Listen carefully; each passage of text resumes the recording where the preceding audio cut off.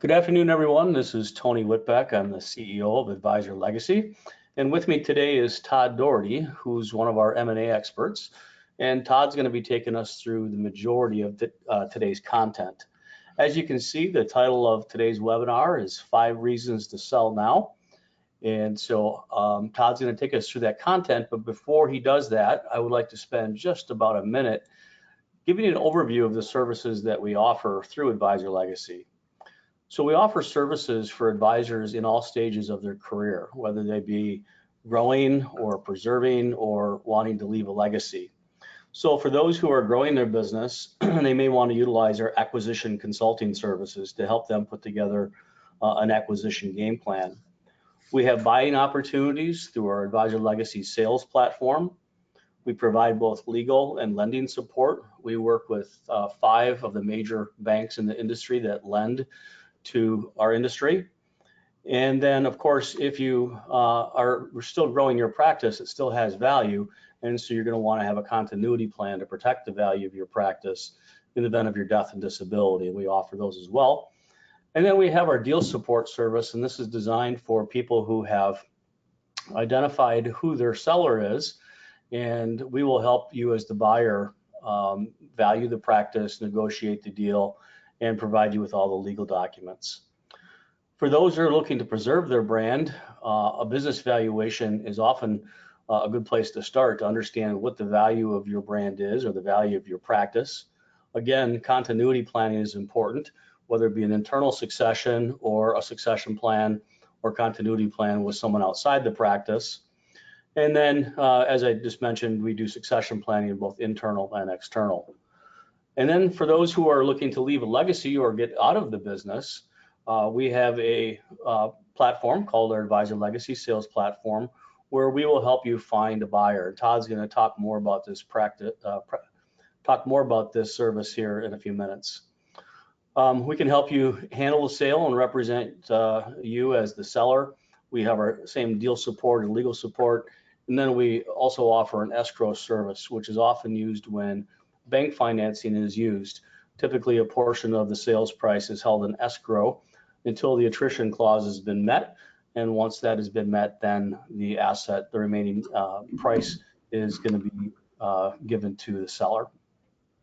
So we really offer a broad range of services around acquisition and succession planning. And I would say there's really little that we can't do in this particular area. So let's get started, and I'm going to set the stage, and then I'm going to turn it over to Todd. But I'll make a statement that most financial advisors typically do not retire when they should. In fact, when we ask them when they're going to retire, they typically say, in about 5 more years, or in 5 years or so, or maybe in about 5 years. And so we started to look at why is that 5-year time frame so common. And typically, what we believe is that 5 years is close enough that they can see the light at the end of the tunnel, but yet 5 years is far enough away that they don't have to really think about pulling the trigger and having that pretty dramatic change in their life, going from a working practitioner that maybe has been doing it for 30 or 40 years to now being retired. What's scary, though, is that when we ask people who's going to buy their practice, there was a study that was done, and this shows advisors who say they're less than 5 years from retirement. 59% said it's an unknown outside buyer, so they don't know who it is, but they just know that it's not someone in their practice. 30% said that it's going to be someone they know, but it's not a partner or someone in their practice. And then the remaining 11% have different reasons. A known outside buyer or the firm will just reassign the clients, maybe to a family, or maybe sell to a family member or a junior employee. But it's scary that 59% don't know who it is, and they are less than 5 years away from retirement. So why don't advisors plan for their retirement? Again, there was a study that was done entitled Family Businesses, the Role of Goal Adjustment Capacities. And for most of us that have a financial advisory practice, it looks an awful lot like a small family business. Typically, a financial advisor practice consists of 1 or 2 advisors and maybe 2 or 3 staff members. So generally a relatively small business. So the 4 reasons that were identified in the study explains why advisors have a difficult time planning for their retirement. Number 1 is they're unable to let go of their work goals. So for maybe 30 or 40 years, they've set a goal in terms of what they're going to produce or how many clients they're going to acquire, how many net flows they're going to bring in. And they really have a hard time letting go of that. And they want to give it, one more chance to hit that goal. The second is that oftentimes advisors don't realize or they don't believe that age really corresponds to their readiness to retire. In fact, the study shows that someone who is 75 is no more ready to retire than someone who is 65. The third, and I think one of the most important, is that they haven't set alternative goals and therefore they don't take action to retire. So instead of retiring from something, which is your practice, if you can retire to something, you're more likely to plan for that. And then finally, if they don't feel that they can trust the successor or they have someone that they know is going to take care of their clients as well as they do, they're really having a hard time pulling the trigger. So for those of you who are on the call, maybe you fall into 1 or even 2 of these categories if you're thinking about selling your practice. So that's setting the stage. And what I'd like to do now is turn it over to Todd. Todd is one of our M&A experts, and Todd is going to walk us through the rest of the content, and then I'll open up to some questions at the end. So Todd? Thank you, Tony, and thanks to all of you for joining us today.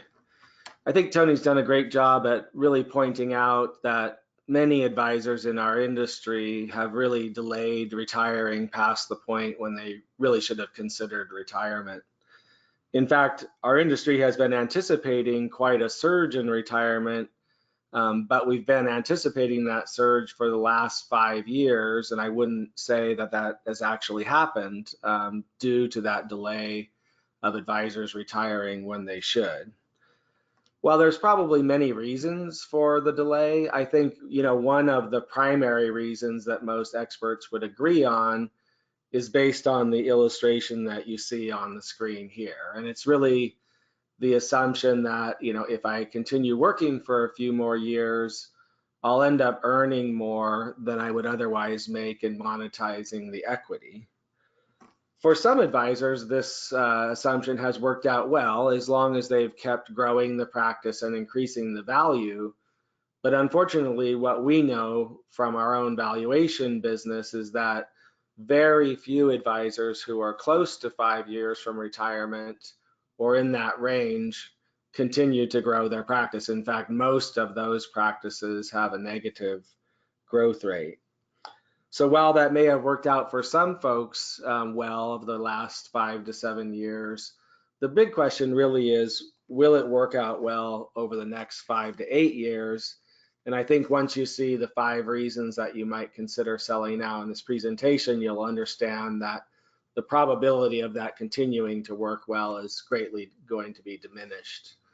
There's also some problematic assumptions with this model or this thought process.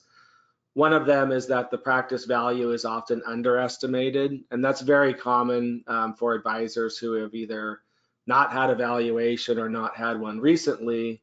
Generally, they're pleasantly surprised at the value of their business.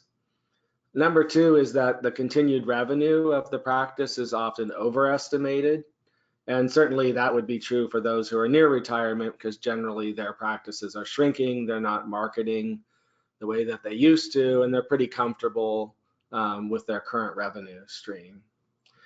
Another really problematic assumption with this simplified model is that they don't take into account really 2 things that impact the revenue. One would be the expenses of the practice, which on average is going to be around 40% of revenue, depending on the size of the business. And they also don't take into account the tax treatment of the monetization of equity versus the ongoing income, which would be just ordinary income.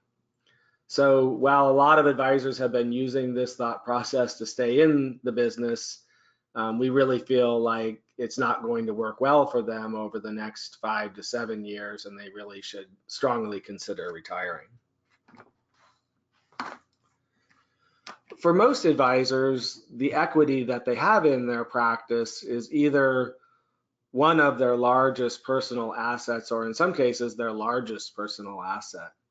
And in fact, our average valuation today is $1,600,000. So that's a very significant asset. Unfortunately, most of those advisors really don't treat it as an asset, and they don't think about it in that term until they're really ready to sell. And this can be a mistake.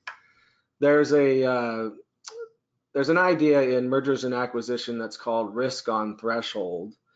And what that idea refers to is that when that asset, being the equity in your practice, reaches the level or the monetization level that meets your portfolio requirement, and we're making an assumption here that you have a personal financial plan and the value of your practice is in that plan.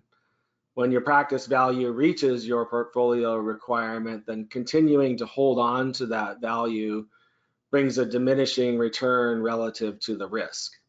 And another thing that you'll see as we go through the 5 reasons to sell now is we're likely entering a period where that risk can be significant. Downturn in the market, decreased demand, and so forth are really going to contribute to an increased risk. So having a financial plan and having the value of your practice in it is another good way to determine if it is the right time to sell. So let's jump into the 5 reasons of why you might consider selling now. And it's a really interesting time in our industry. I think we've had nearly a perfect scenario over the last 7 years of increasing practice value and extremely strong demand for practice sales. But as you're going to see here, it's very likely that those dynamics are possibly going to change over the next 5 to 7 years. The first item that we consider really has to do with the simple idea of supply and demand. The supply of practices for sale has been fairly limited and not what we would hope it would be in the last 5 years, certainly, much to the chagrin of many who do what we do. And the demand has been quite strong, but we're going to see a pretty major shift there. Almost 80% of the advisor population is over 45, and the generation buying practices will start selling those practices in 5 years. So as you can see in the illustration on the slide, when you forward that time frame 5 years in advance, you end up with a situation where the demand, or those who can actually purchase practices, is going to have a huge challenge meeting the supply. And I think the industry has really underestimated what this might look like. There are other factors coming into play, like the advent of robo-advisors, and many are predicting that they could control over 10% of the assets by 2025.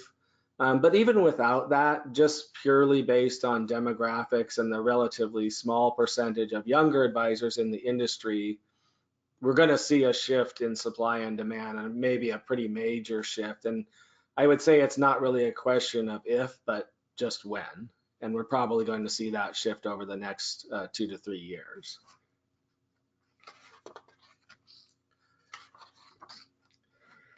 The other very significant factor has to do with how strong both price and valuation have been over the past 5 to 7 years. And really, price is where practice value and the demand in the industry meet. And again, we've been in practically a near perfect situation for both of those dynamics over that time frame. Practice values have certainly increased significantly, partially due to growth of practices, but also due to things like significant increases in recurring revenue, stronger focuses on profitability, and so forth. And it really has been a situation where we've seen a major increase in practice value. And at the same time, that has happened during a high demand period as well. And so it's had a a very beneficial impact on the price that's being paid in the industry today. And those dynamics are still strong, but again, we're really anticipating that that could change certainly over the 5-year time frame that's to come.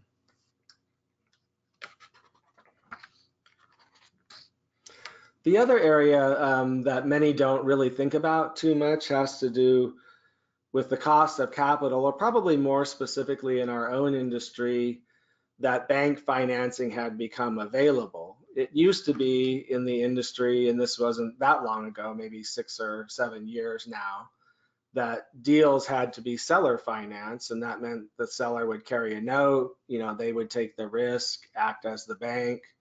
The buyer would make a relatively small down payment and they'd get a relatively short amortization period. Well, that has significantly changed, and we have quite a few high quality lenders in the industry. And at the same time, we've gotten used to a historically low interest rate environment where it's almost become the new normal, and I would probably argue that it has. But I think the ability to borrow has been really the more significant factor there. Certainly the sellers much prefer being able to monetize more of the equity at closing, and that's the way that the banks will pay the seller. The buyers get a much longer amortization period, typically of 10 years, which greatly increases their net earnings and cash flow.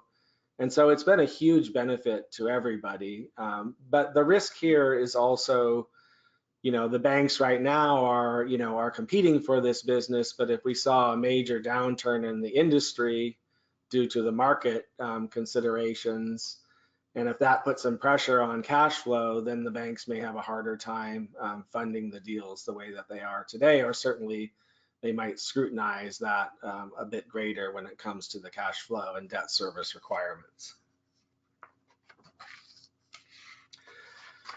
Number 4 on the list of 5 is probably one of the areas that's maybe the most close to home to advisors, and especially those advisors who are solo practitioners.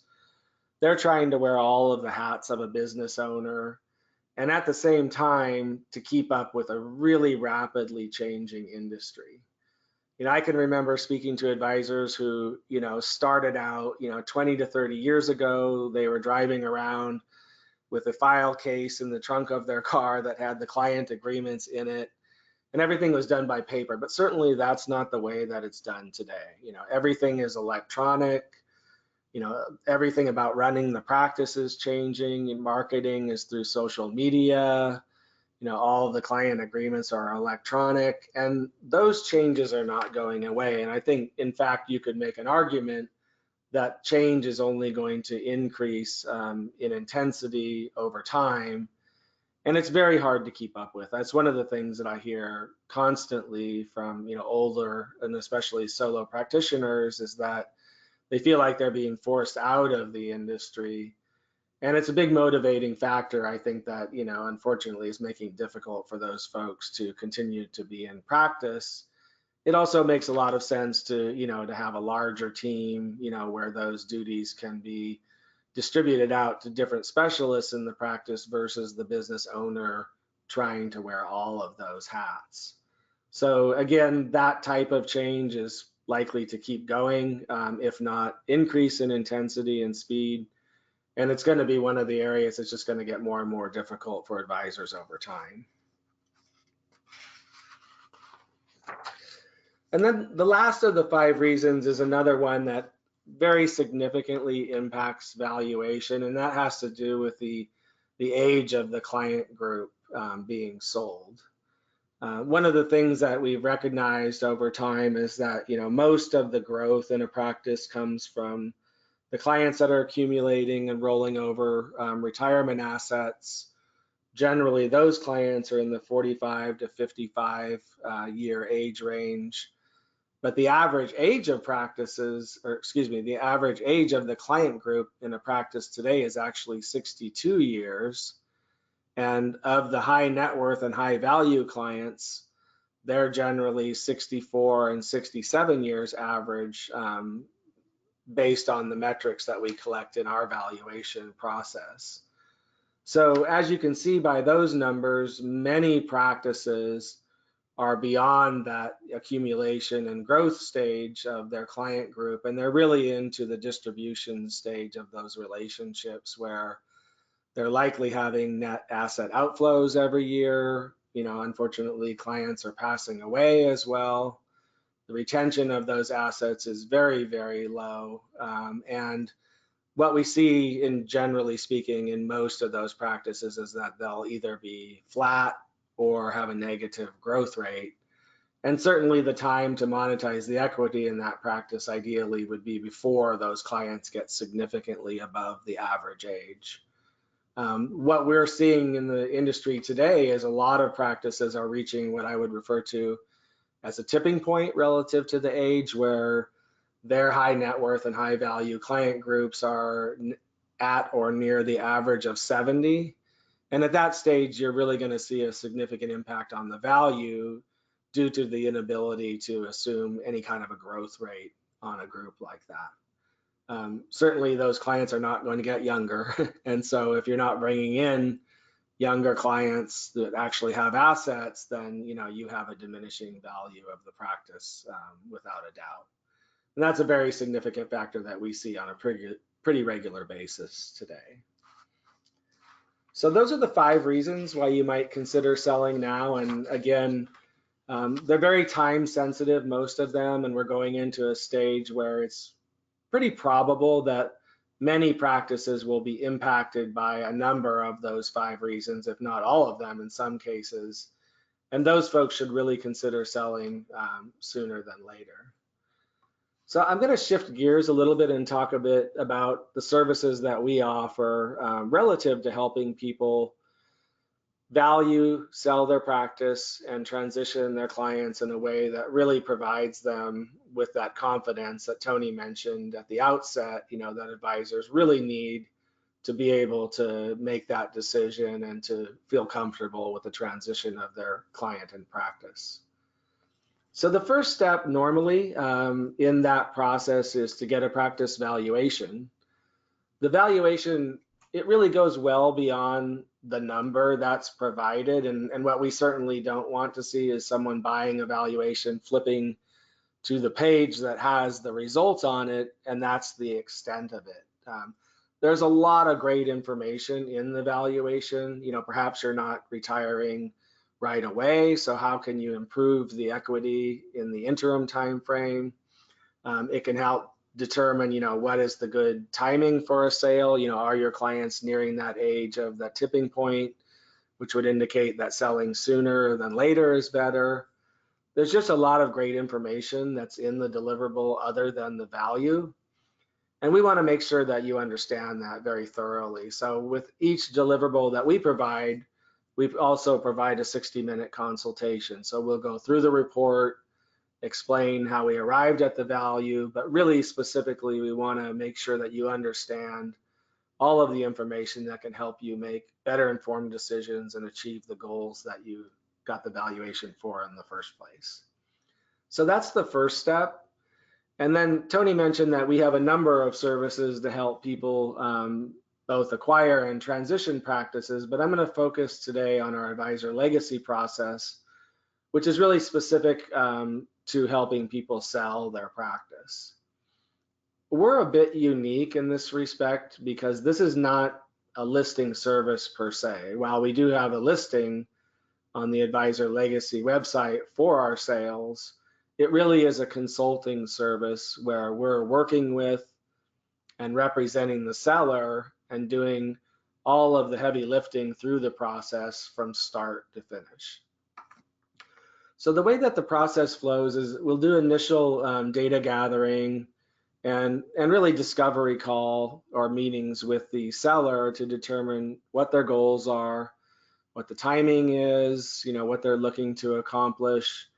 And then we're going to gather quite a bit of data on the practice and build a profile that will be published on our Advisor Legacy website. Once that profile is published, it'll go out to all of the registered buyers on the platform. And then we'll also specifically invite in other prospective buyers based on the region, perhaps the broker dealer they're in. You know, we really want to start out with as many qualified candidates as possible. All of those buyers that see the profile will have an opportunity to express interest in it.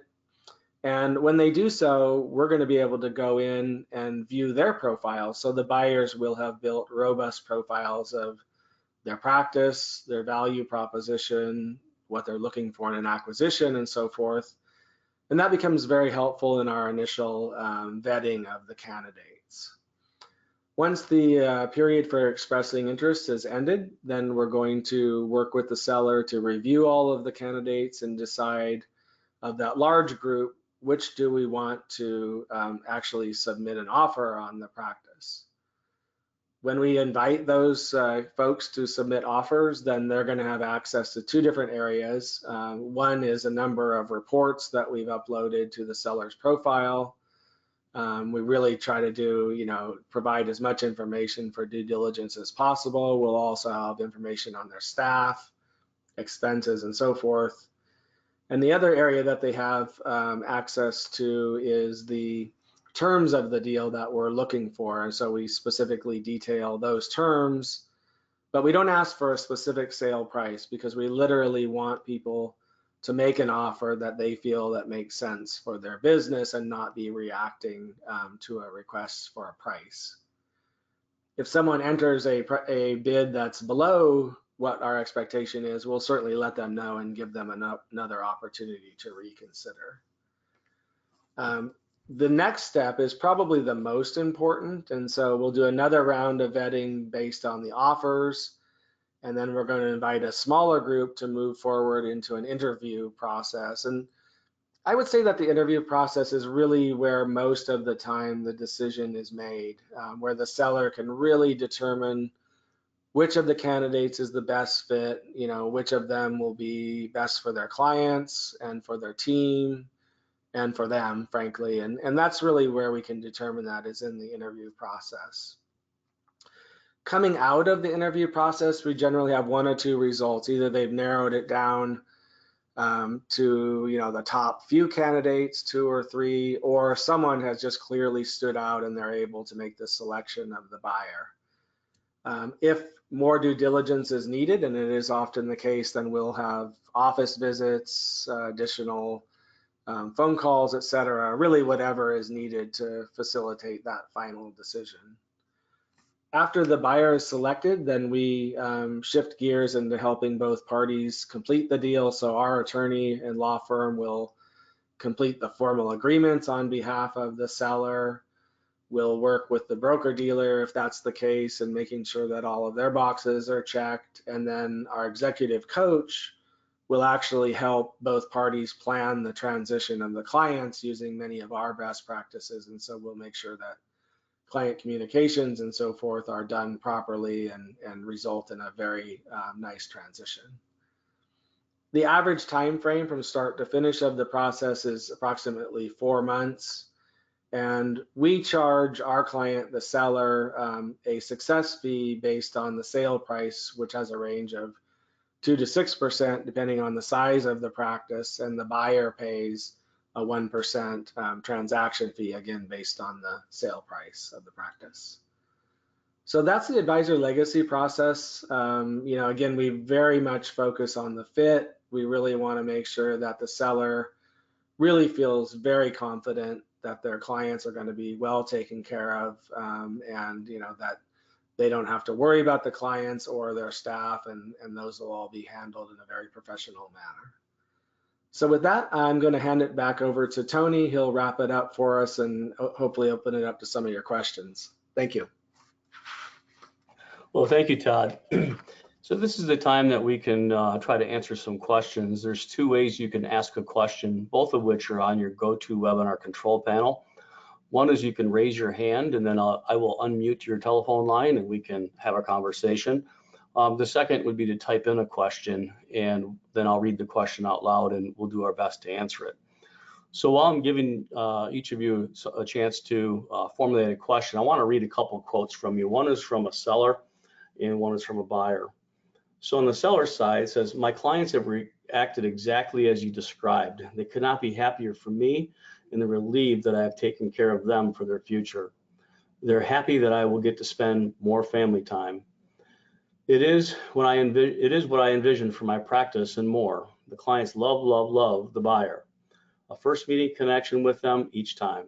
Again, exactly what I asked for. A few of my clients have said how impressed they were that I actually hired a firm to create a search. They felt that I had really taken seriously that they would be taken care of. Thanks again for a job better than well done, and that was Kay Confer. Then the buyer, this is Chris Winkler, says, a genuine and humble thank you to all. I'm incredibly grateful to the seller for the trust she's placed in me and our team. I'm not sure how this even gets pulled off without the persistent support and guidance the Advisor Legacy team has provided to us both the past months. Your professionalism and staunch objectivity have guided us to this ideal outcome. Thank you for all your commitment throughout. We're excited to begin the next chapter. That's Chris Winkler. So it looks as though we don't have any questions. What I would encourage all of you to do is to go to our website at www.advisorlegacy.com. If you haven't had a valuation done, you can try our free online practice valuation estimator. We don't recommend that you use this for any serious transaction, whether it be a continuity plan or a sale or something like that, but it helps you get an idea what your practice is worth. But again, don't take this to the bank. It's just designed to help you get an estimate as to what your practice value is today. So with that, I want to thank everyone for attending today's call. We look forward to hearing from you, and hopefully we can help you with your needs around acquisition and succession. Thank you.